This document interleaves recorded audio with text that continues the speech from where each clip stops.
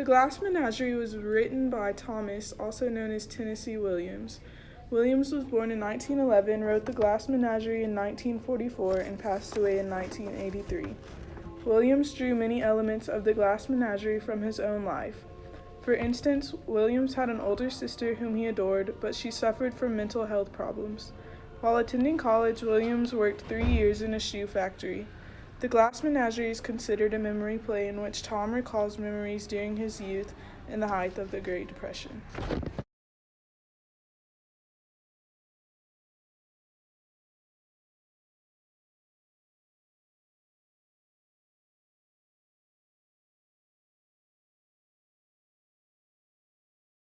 The title of the play, The Glass Menagerie, is representative of the main symbol in the drama.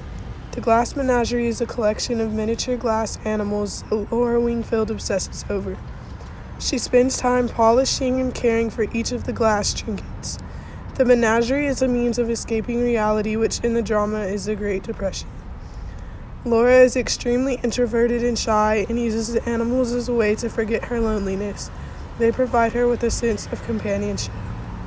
The Glass Menagerie is a reflection of Laura herself in the way that glass mirrors her delicacy, fragility, and simple beauty.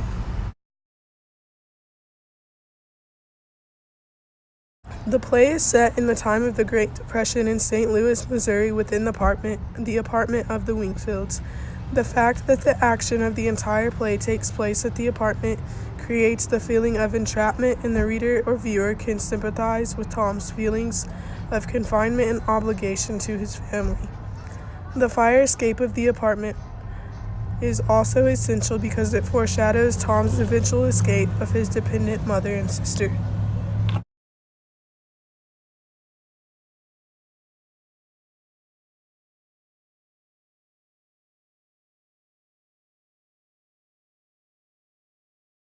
The Glass Menagerie is a drama based upon the memories of Tom Wingfield. Tom is a character in the play as well as the narrator.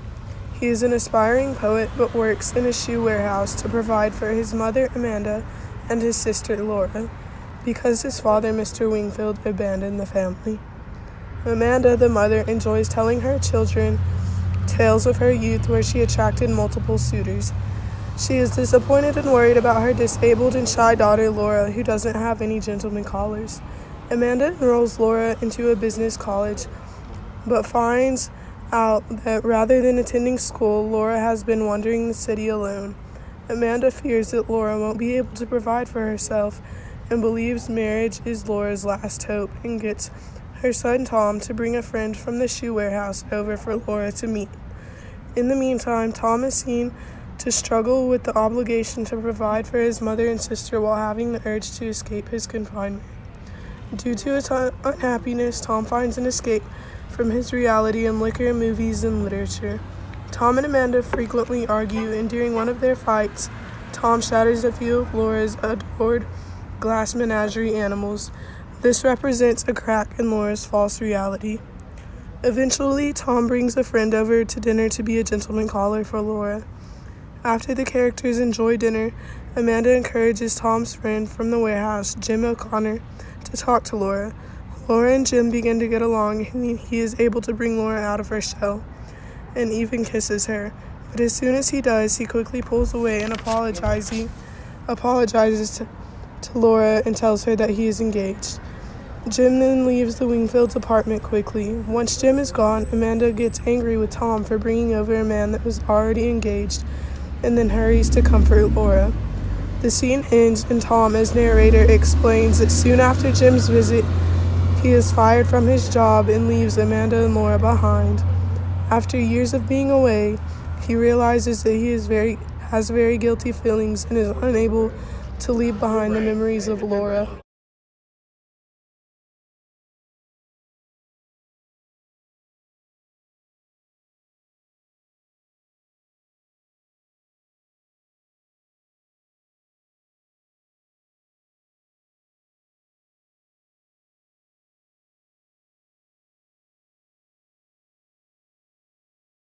Tom's attitude toward his mother and his sister puzzles many critics. Even though he cares about them, he is cruel toward them. Although he deserts his mother and sister, he ends the play with a speech about his love for his sister, Laura.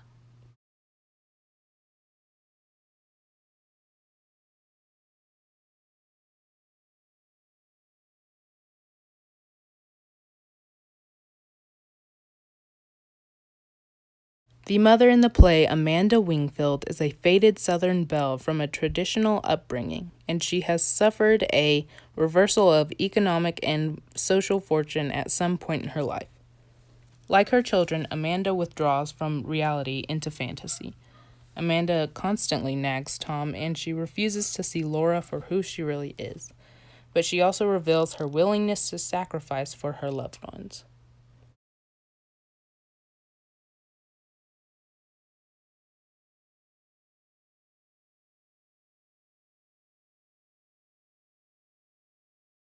Laura, the sister in the play, is physically and emotionally crippled, yet she displays a pure compassion. She also has the fewest lines in the play, which helps the reader portray her as selfless. She is seen as fragile and completely foreign to the rest of the world.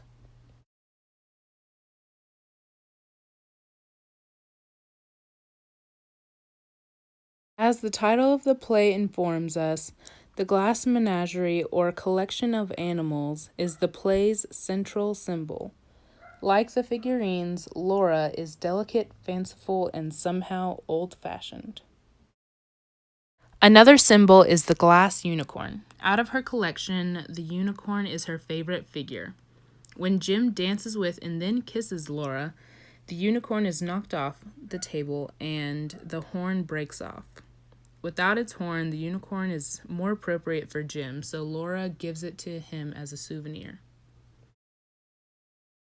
Jim's high school nickname for Laura, Blue Roses, symbolizes Laura's unusualness yet appeal. The name is also associated with Laura's attraction to Jim. The last symbol is the fire escape. Leading out the Wingfield's apartment is a fire escape with a landing.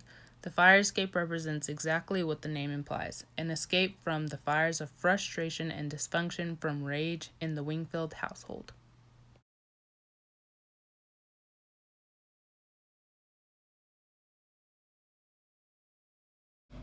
The most prominent theme in the Glass Menagerie is the difficulty of accepting reality. Each character is unable to overcome their private world of illusion, where he or she finds the comfort and meaning that the real world does not seem to offer. Another theme is the impossibility of true escape. Clearly, Tom views his life with his family and at the warehouse as a kind of coffin, cramped, suffocating, and morbid, in which he is unfairly confined. The promise of escape, represented by Tom's missing father and the fire escape outside the apartment, haunts Tom from the beginning of the play and the end of the play. He finally chooses to free himself from the confinement of his life.